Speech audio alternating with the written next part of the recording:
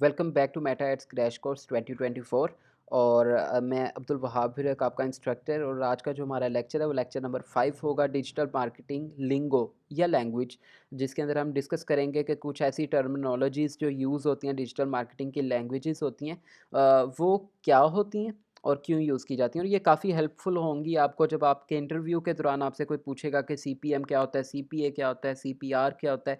इस तरह की टर्म्स यूज़ की जाएँगी तो आपको उनके बारे में पता होना चाहिए, ठीक है? मैं अपनी यहाँ पे स्लाइड्स ओपन कर लेता हूँ और हम उसको डिस्कस करते हैं। आज की जो हमारी इंशाल्लाह ताला टॉपिक्स हैं उसको डिस्कस करेंगे। और यहाँ पे मैं साथ-साथ अपने हर लेक्चर में अनाउंसमेंट करता हूँ, दोबारा से कर देता हूँ कि अगर आपने हमारे live Q and A session जिसके अंदर हम डिस्कशन करते हैं, कोई भी आपके इश्यूज़ अगर आपको आते हैं कोर्सेज़ के अंदर, उसका हल निकालने के लिए, तो आप हमारी कम्युनिटीज़ को जॉइन कर सकते हैं व्हाट्सएप पे, फेसबुक पे। और उसके अलावा आप रजिस्टर हो सकते हैं हमारे ये व्हाट्सएप के नंबर पे कॉन्टैक्ट करके, ठीक है? इसकी एक माइनर सी फ़ीस होगी जो कि हर स्टूडेंट उसको पे कर सकते हैं। आप सिंपली यहाँ पे कॉन्टैक्ट करके डिटेल्स ले सकते हैं और हम अपने टॉपिक को स्टार्ट करते हैं जो कि डिजिटल मार्केटिंग लिंगो है, ठीक है? अगर मैं यहाँ पे मूव ऑन करता हूँ तो हमारे पास कुछ कॉमन ऑब्जेक्टिव्स यूज़ होते हैं जो कि सीपीएम, जैसे कि सबसे पहला वर्ड होता है सीपीएम, कॉस्ट पर माइल या कॉस्ट पर 1000 इम्प्रेशंस।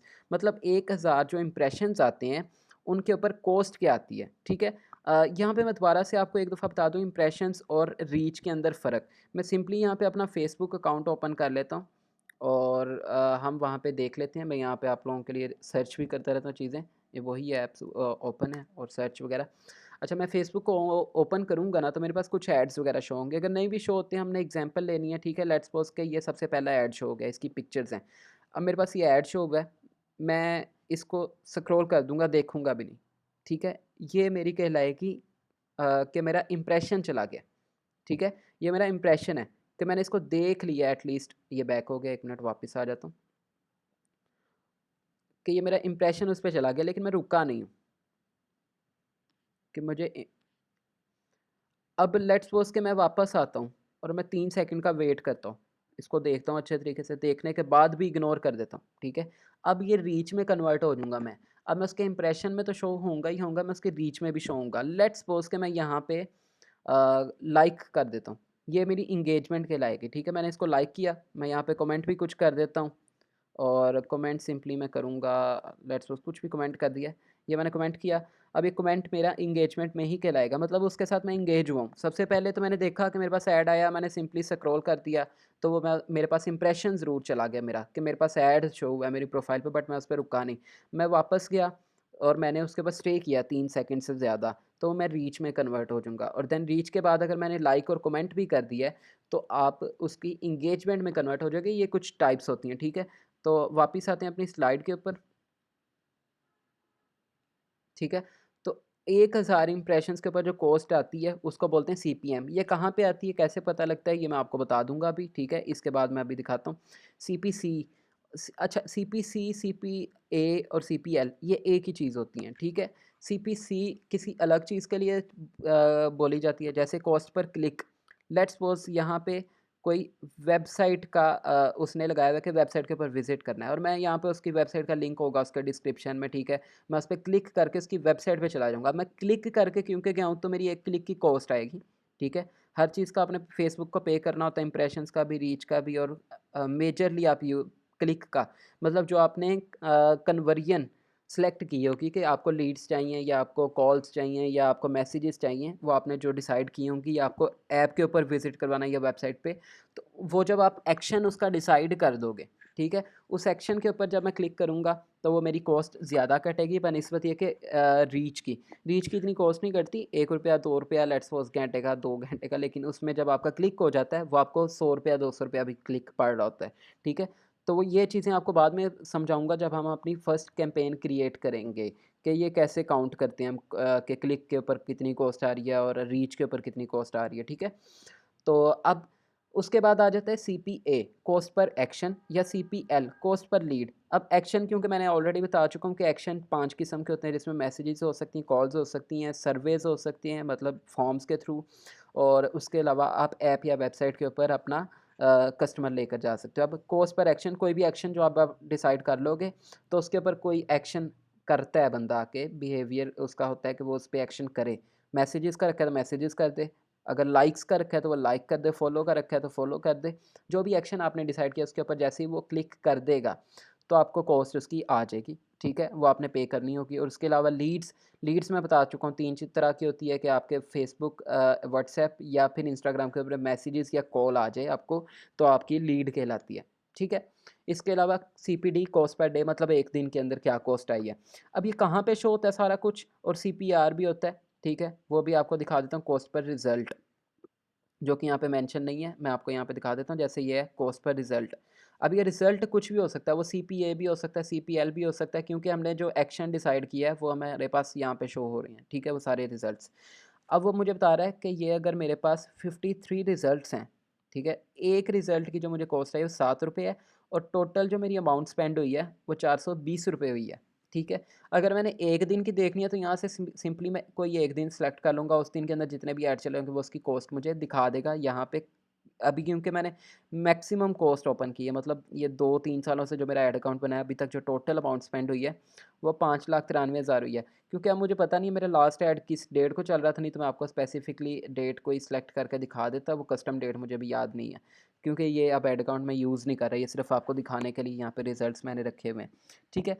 तो बहरहाल आपको ये एक स्पेसिफिकली डेट सेलेक्ट कर लोगे तो वो सीपीडी निकल आएगा, कॉस्ट पर डे, मतलब एक दिन के अंदर क्या कॉस्ट आई है, ठीक है। उसके अलावा आपके पास ये सारे रिजल्ट शो हो रहे हैं, यहाँ पे सारे चार्ट्स होते हैं, और आप सिंपली देख सकते हो कि आपको कितने इंप्रेशंस आए हैं, कितने रिजल्ट्स आए हैं। टोटल रिजल्ट्स को आपने डिवाइड कर देना होता है अपनी टोटल अमाउंट के ऊपर, तो आपके पास एक जो रिज़ल्ट का कॉस्ट आ रही होती है वो निकल आएगी। टोटल रिजल्ट्स को डिवाइड करना है आपने अपनी टोटल कॉस्ट के साथ, ठीक है। तो एक लीड की या एक रिज़ल्ट की आपको कॉस्ट आ जाएगी, कॉस्ट पर रिज़ल्ट, ठीक है। अब ये सीपीएल भी हो सकता है और सीपीए भी हो सकता है, क्योंकि एक्शन हमने डिसाइड किया लीड का, तो हमें यहाँ पे एक कॉस्ट लीड की आ रही है। अगर आपने मैसेजेस का किया होता तो आपको यहाँ पे कॉस्ट मैसेजेस की आती, ठीक है। बहरहाल ये कॉस्ट पर रिजल्ट के अंदर ही सारे आपको ये एक्शंस शो होते हैं। इसके बाद हम मूव करते हैं वापस अपनी स्लाइड्स की तरफ। टाइप्स ऑफ एडवर्टाइज़र, मतलब जो आप लोगों को वो किस तरह की कंपनीज हो सकती हैं जो एडवर्टाइज़र्स हैं, ठीक है। अगर आप किसी के पास जॉब करते हो तो वो कंपनी किन टाइप्स के ऊपर रिलाई कर सकती है। सबसे पहली टाइप होगी बी टू बी, मतलब company selling to other companies. एक कंपनी किसी दूसरी कंपनी को ही सेल कर रही है, इसको बोलते हैं बिजनेस टू बिजनेस पर्सन, ठीक है। अभी मैं बात कर लेता हूँ, लेट्स सपोज कि आपके पास एक होल सेलर है। होलसेलर आगे किसी शॉप वाले को ही अपनी चीज़ें बेचेगा, कस्टमर को डायरेक्ट नहीं बेच रहा। उसका कस्टमर कौन है, एक और बिजनेस। होलसेलर खुद एक बिजनेस कर रहा है जो कि आगे शॉप को सेल कर रहा है, जो कि शॉप भी आगे बिजनेस ही करेगी। तो जो होलसेलर ने काम किया है शॉपकीपर के साथ, उसको बोलेंगे बी टू बी कंपनी है वो, ठीक है। और जब वो शॉप वाला आगे कस्टमर्स को सेल करेगा तो उसे कहेंगे बी टू सी, यानी शॉप वाले का बिजनेस कहलाएगा बी टू सी और होलसेलर का बिजनेस कहलाएगा बी टू बी, ठीक है।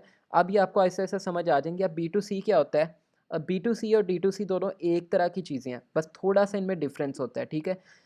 बी टू सी होता है ऐसा बिजनेस जिसके अंदर कस्टमर अपनी प्रोडक्ट ना सेल कर रहा हो, ठीक है। मतलब कि जैसे कि आप कह लो कि नेस्ले का दूध है, ठीक है। नेस्ले आप देखोगे आम दुकानदार के पास पड़ा हुआ जो कि उस नेस्ले कंपनी का ओनर भी नहीं है, ठीक है।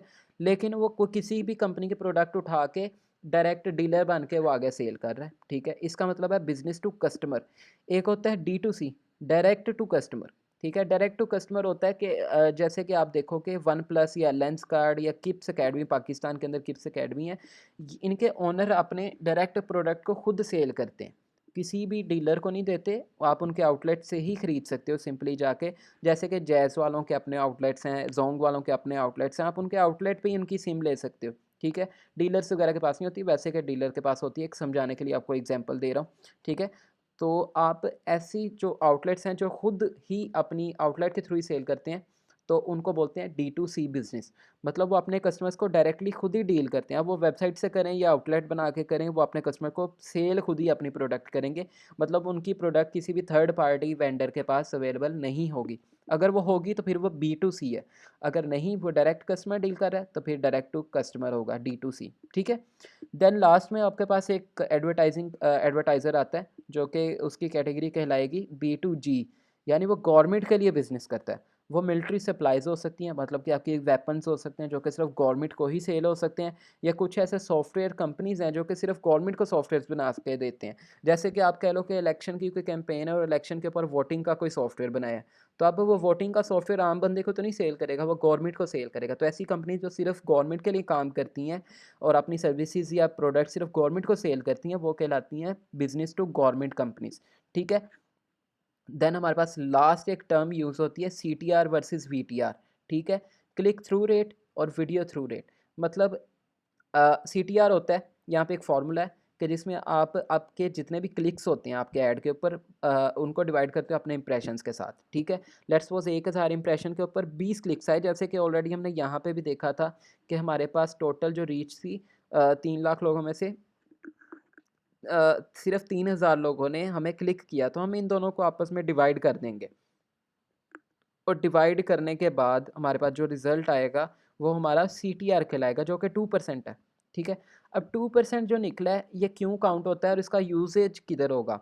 इसको आपने कहीं पे भी यहाँ पे नहीं आपको मिलेगा, ये आप जब किसी कंपनी के लिए काम कर रहे होते हो तो उसको एक रिपोर्ट बना के देते हो, वो डेली बेस पे भी आप बना के दे सकते हो या मंथली बेस पे भी। तो आप उससे बताते हो कि मैंने 10 कैंपेन्स चलाई थी, उनमें से बेस्ट CTR इस कैंपेन का निकला है।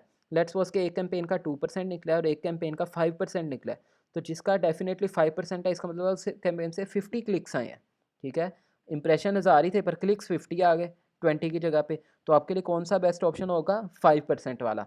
तो वो कंपनी फिर डिसाइड करेगी कि हाँ 10 कैंपेन्स में से ये वाली का CTR सबसे ज़्यादा अच्छा है, तो वो कैंपेन कंटिन्यू रहे। ठीक है। इसी को अगर कन्वर्ट कर दें VTR में, तो वो हो जाएगा video through rate. Video through rate में आपका काउंट होता है व्यूज़, और व्यूज़ के अंदर यहाँ पे मैंने एक नीचे एक इमेज लगाई है जिसमें अगर यूट्यूब का कोई ऐड है तो वो 30 सेकंड के लिए देखा जा सकता है। ठीक है।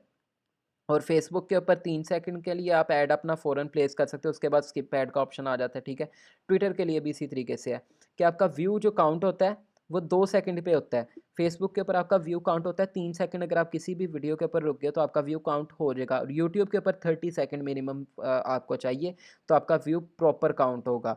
इसको बोलते हैं क्वालिफाइड व्यूज़। ठीक है। आपका क्वालिफाइड व्यूज़ का जो टाइम है वो 30 सेकंड है यूट्यूब के ऊपर, फेसबुक के ऊपर 3 सेकंड है, और आपका ट्विटर के ऊपर 2 सेकंड है। मतलब 2 सेकंड से ज़्यादा आप वीडियो देख लोगे तो आपका व्यू काउंट हो जाएगा। इसी तरीके से आपके ऐड के ऊपर है कि ऐड आपका जब देखा जाता है तो आप 3 सेकंड के लिए भी कोई अगर आपका ऐड देख लेगा तो आपका व्यू काउंट हो जाएगा।